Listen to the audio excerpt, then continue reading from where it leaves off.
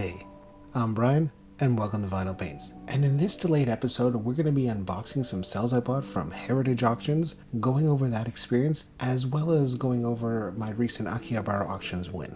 Now, this episode was originally supposed to come out on Boxing Day, which is the Commonwealth version of Black Friday. It usually happens on the day after Christmas, but I got a little bit sidetracked with a convention that I wasn't expecting that I kind of got in last minute, as well as I've been binge watching Silo, and well, time makes fools of us all. So in October, Heritage Auctions had their giant animation auction. It goes on for multiple days. I think it was 4 or 5 days, and it has thousands of lots. I think this year's was called Art of Anime and Everything Cool, and it did have a lot of cool things, and it had a lot of items.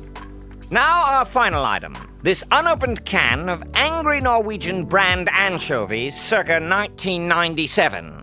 15,000. 20! 30! No, 40! 50,000. Are you crazy? It's a can of old fish. Don't tell me how to spend my money.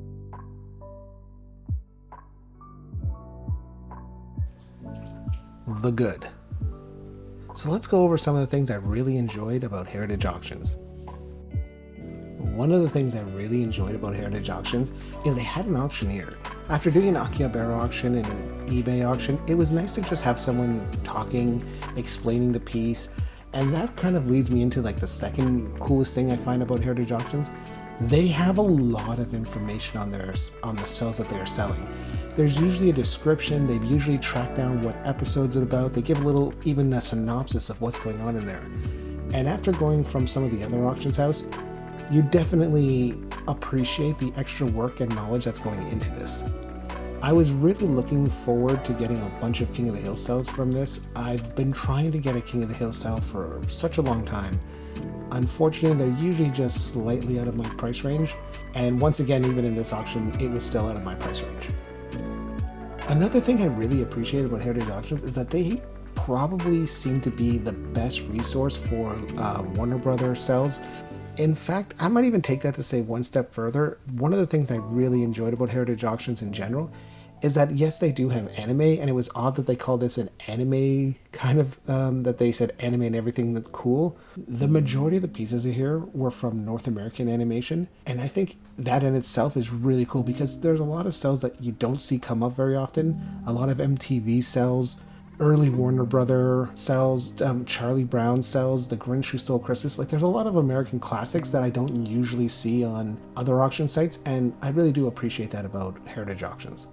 One of the things I have to give a lot of credit to Heritage Auctions is they probably have the most in-depth user interface of almost any auction site. I would even say it's even probably a bit better than eBay's. It has a lot of little features like send me alerts for this auction, or send me alerts for this item as it comes up, send me notifications, emails, but then it has these other little things that I think are really cool. It shows you how much you bid at a certain auction. So during that Everything Cool auction, I actually bid $4,800, $1,805 to be exact. You know, obviously you can see here, I didn't win any of those bids, but it was still very interesting. And the other thing that I think is a really nice feature that they let you do is, as you can see below the 4,805, it shows me, like, that's a currency converter, so it's built into their user interface. I don't have to kind of do any math conversion. I know exactly how much in Canadian I bid at this auction. It's a little bit of a touchy area because I guess it can kind of feel like you're gamifying the whole concept of buying stuff. And I didn't discover this till after the auction, but I still thought it was kind of neat to see, like, oh, over the course of the auction, I bid $4,800. And here you can see some of the items that I bid on that I didn't get. Obviously, I wanted to Peter the Puck. I was really interested in a lot of the animations from Aeon Flux, Street Fighter, and the one that got away from me was the Spider-Man from the Spider-Man Unlimited series and Land Before Time cells. I've always wanted an animation cell of the T-Rex. And in case you're wondering on why, like, I was so close to getting this, why didn't I keep bidding on it? Sometimes when you're doing these auctions, you can tell that there's just someone who just keeps going immediately right after you. And unfortunately, I have limited funds to bid with. So, you know, sometimes you just got to walk away because there's something that you hope to get later on. and maybe you're going to, maybe you're not. So I can't say that they'll have this for everything, but at least on my experience, one of the things I really appreciate about heritage auctions is that they actually do a very decent job of giving you information on these cells and where they come from. So, and a lot of all the cells I bought had COAs, which is nice, and backgrounds from the actual show, which is also nice. But they do a very good job of presentation, not only the pieces you get, but also kind of informing you and where they source their materials from. So for example, I was very interested in the Aeon Flux series, and these cells were from the personal collection of Peter Chung. They were all autographed, all with COAs, and like I said, for me, that was really kind of cool to have. Another series I was very interested in this one were the King of the Hill cells. I've wanted a King of the Hill cell for such a long time. If you look at the description, they have a description of the episodes, they have matching backgrounds for everything, and then in the case of the King of the Hill one, they came from the personal collection of Pamela Adlon, which is the voice actor of Bobby Hill from the show. They'll say at the beginning of it, it's like, oh, this is from so-and-so's personal collection, or this is where it's from. There's always a little bit of nervousness for me when I'm spending this much money on a cell, so it is good to have as much information as possible in order to kind of make your decision. I guess to wrap up the good, what I really want to say about heritage auctions is that they are definitely feel like a premium experience as compared to some of the other auction houses. They do a very good job of presenting their cells, researching their cells, having all that information. Their site is top notch and really feels, if almost overdone with the amount of features it has. Just a really solid presentation and experience in terms of using it. It's complicated, their user interface, but not so complicated that you can't jump in and feel pretty comfortable making things. They also have lots of explainers. So even though this was my first time bidding on this auction online, I actually felt relatively comfortable and able to navigate things without having spent too much time researching how to use it. Now let's go over some things that I didn't really like as much. I guess it's been a long time since I've bought anything on Heritage, so when I went to make my first bid, I got an error that my address or payment, or I needed to verify my account, which was a little bit weird because I never had any indication that I need to verify anything onto this account. I had an account, I've won auctions in the past, and I guess that there was a billing address error. So I went into to update my information in my credit card, but it wouldn't let me. It had all the information was locked onto the screen, and I got this billing address error. I decided to call the 1-800 number, trying to resolve this as quickly as possible. I wasn't able to get through, but they gave me a callback option, like press, I think it was 5 and we'll call you back. I never got a call back from them, but I like to always double up on on anything I do. So I did email them and said, hey, this is my address, this is my new address, so I can update my credit card information. And they were able to respond the next day, but unfortunately that meant the entire first day of the auction, I wasn't able to bid on anything. And I know I didn't win anything in this auction, but it would have been nice to have at least had the opportunity to try and win something on the first day. Another thing that I thought was a little bit odd and strange, and maybe there's a very good reason, I just don't know, but the first day they had a live auctioneer, but they didn't have the auctioneer on any of the other days. I don't know why that was, and it was a little bit strange to me because especially on the Saturday and Sunday, I would have figured when they had some big items, they would have had the auctioneer, but no, it was only on the first day. 5 days of 10-hour days just in auction is a lot. And even though I'm sure that they have all these tools that allow you to like, oh, it will let you know or whatever, because I don't have just, I don't know, shut up money, or I just throw down my money and say, if I win, I win, and oh, you know, I'll come back and check on it if I need to re-up my ante or something. I'm always looking for cells that I think will add to my collection, that are interesting pieces, and because of that, I can't just put bids on everything hoping that, oh, I'm gonna win, because if I win everything, I don't think I'd be able to afford everything. As I showed you earlier in this video, I bid $6,000 and didn't win anything. Had I spent $6,000 on this auction, I'd probably been in financial debt that I never would recover from. I am never going to financially recover from this. So even though I really enjoy that they have these amazing pieces, it would almost feel better to me if they had broken this auction up over the course of the year. 5 days of auctioning is exhausting. 5 days of auctioning and losing everyone is more exhausting.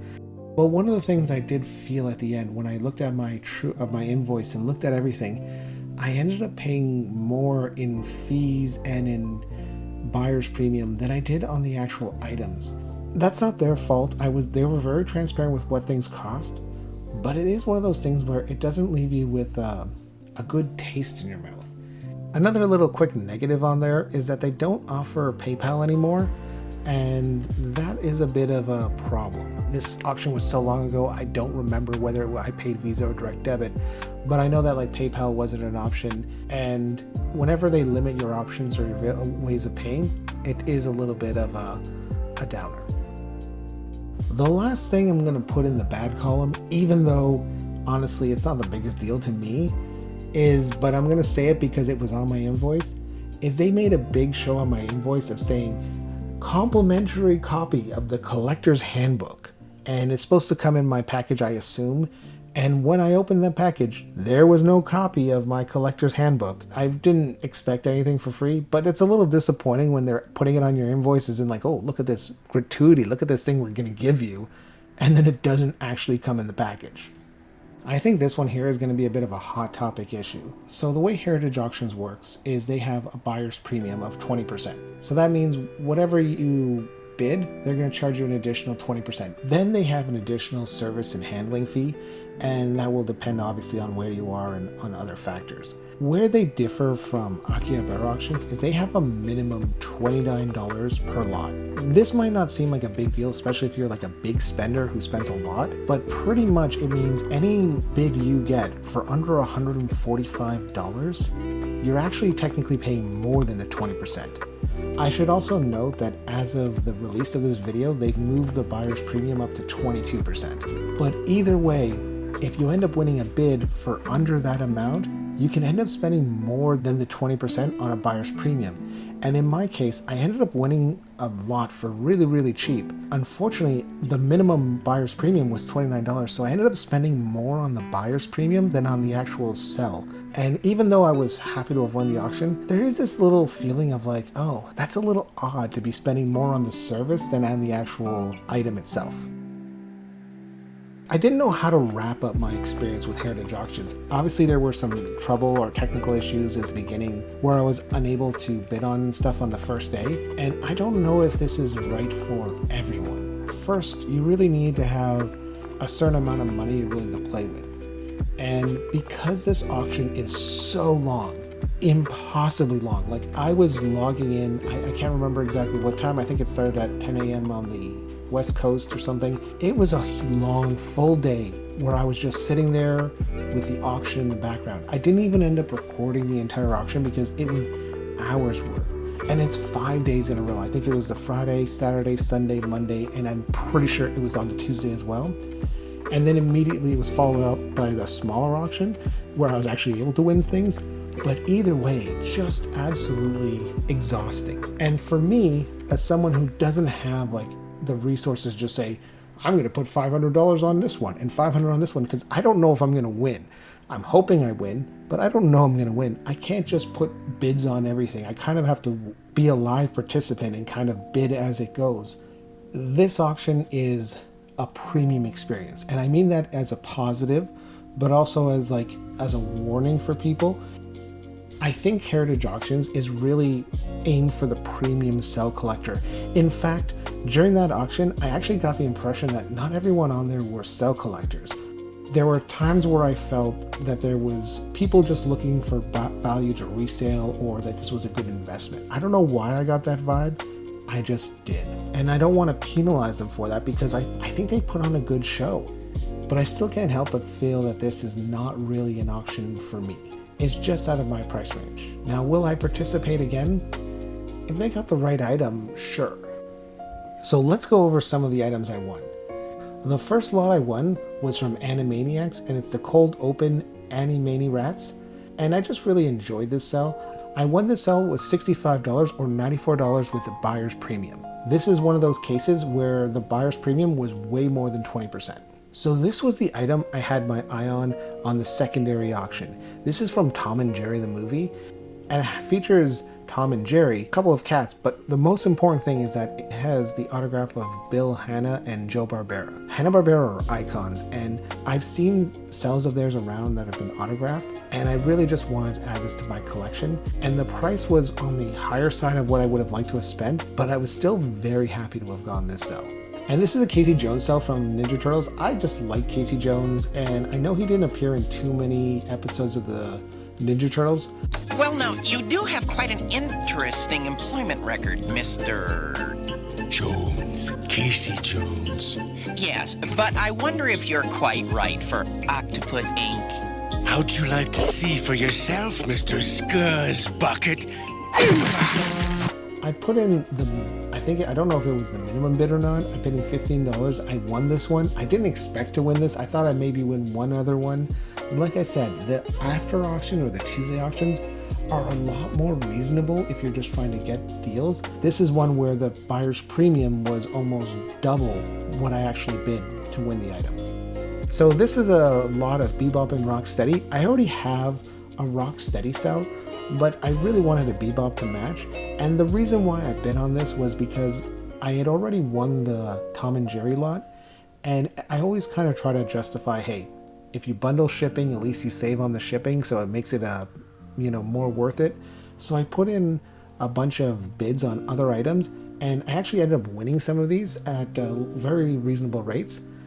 All right, let's keep this Boxing Day going, and this time I'm going to be opening a package from Akihabara Auctions.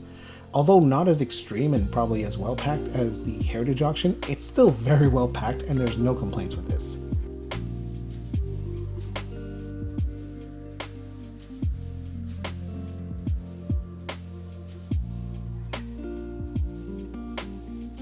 So this is a cell from Tokimeki Memorial.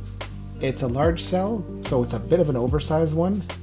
I just bid on it because I think anime is really cool at putting in a little bit more effort in color and shading than North American animation typically. And because this one came with the Duga and had a bunch of other information, I really wanted this to be part of my collection.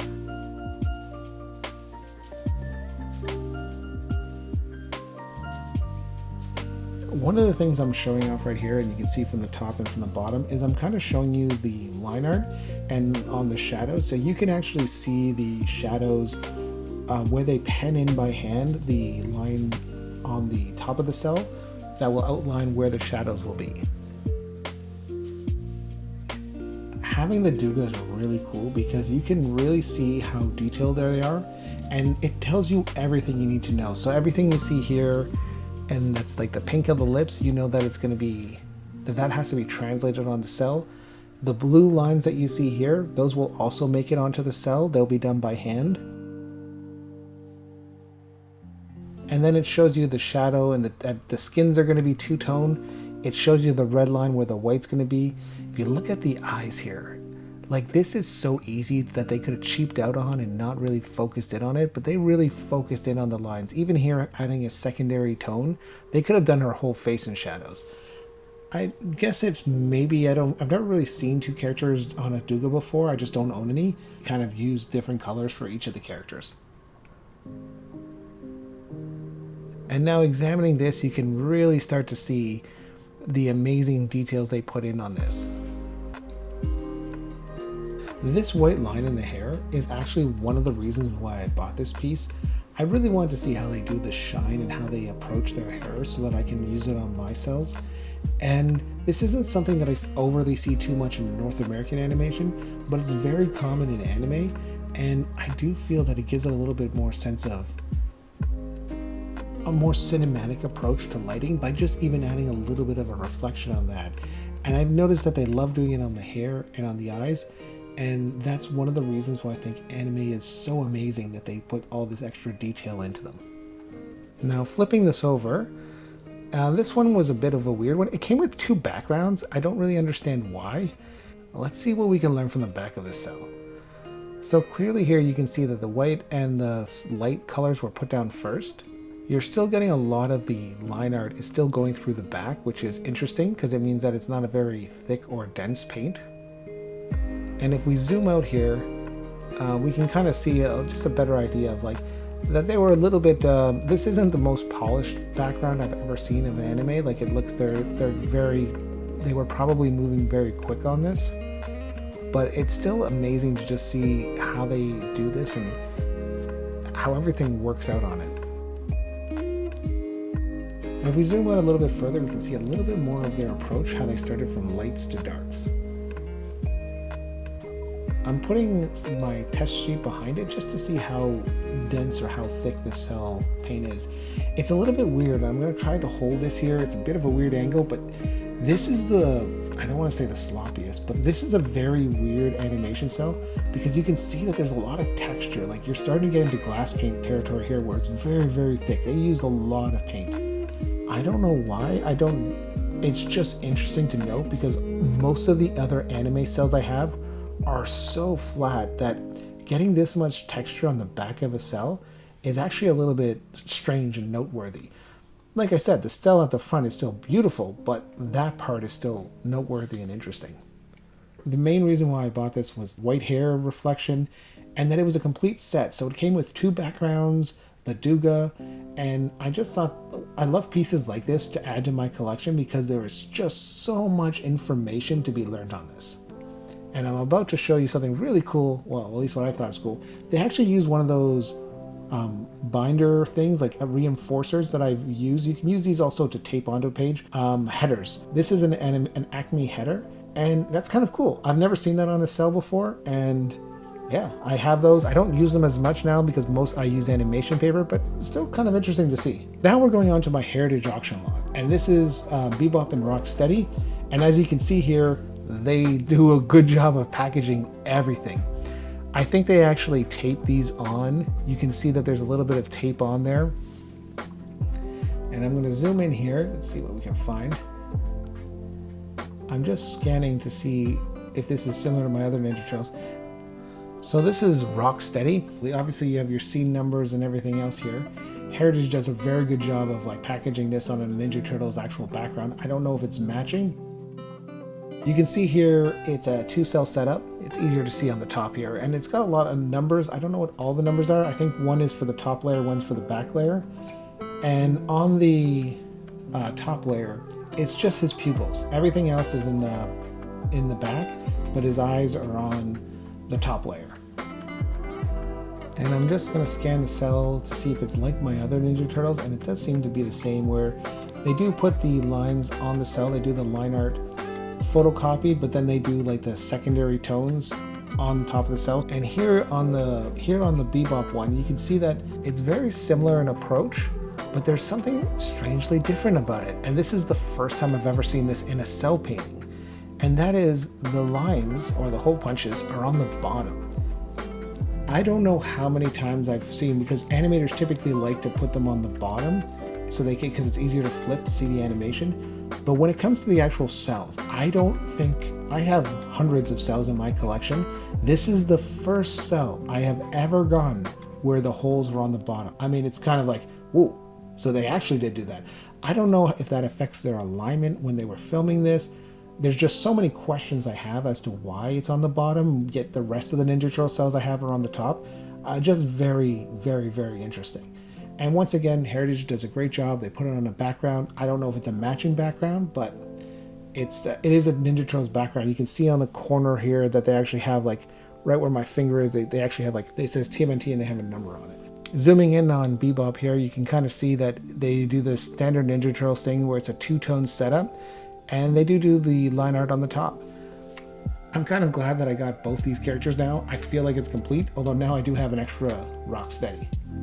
I hope you enjoyed this unboxing / experience video with Heritage Auctions. I really enjoy doing these auctions. It's always kind of fun to see what I can get and kind of expand my collection. I think it really helps that for the most part, yes, I always have these pieces that I want, and I don't think I've ever walked out of any of these auctions, whether it's Heritage, Akihabara, where I actually end up with the item that I intended to get. But it's still fun not only to be part of it and to, see what the community is liking and interested in terms of cells, just to kind of see what else is out there. You can learn so much from these cells, even ones that you don't necessarily think you want. now I have a Bebop cell, and it shows you that cells were painted from the bottom, which is something new to me because I'd never seen that before in all my collection. And learning about the anime cell in the background and how they approached it and how they did the white hair and what their order of operations is in terms of how they apply their paint. All these things are very useful, and to me that's why I love cell collecting, even if it's not necessarily the one that I wanted. Yes, the Spider-Man Unlimited cell, which is the really one that I really wanted, did get away from me, but there's always next time.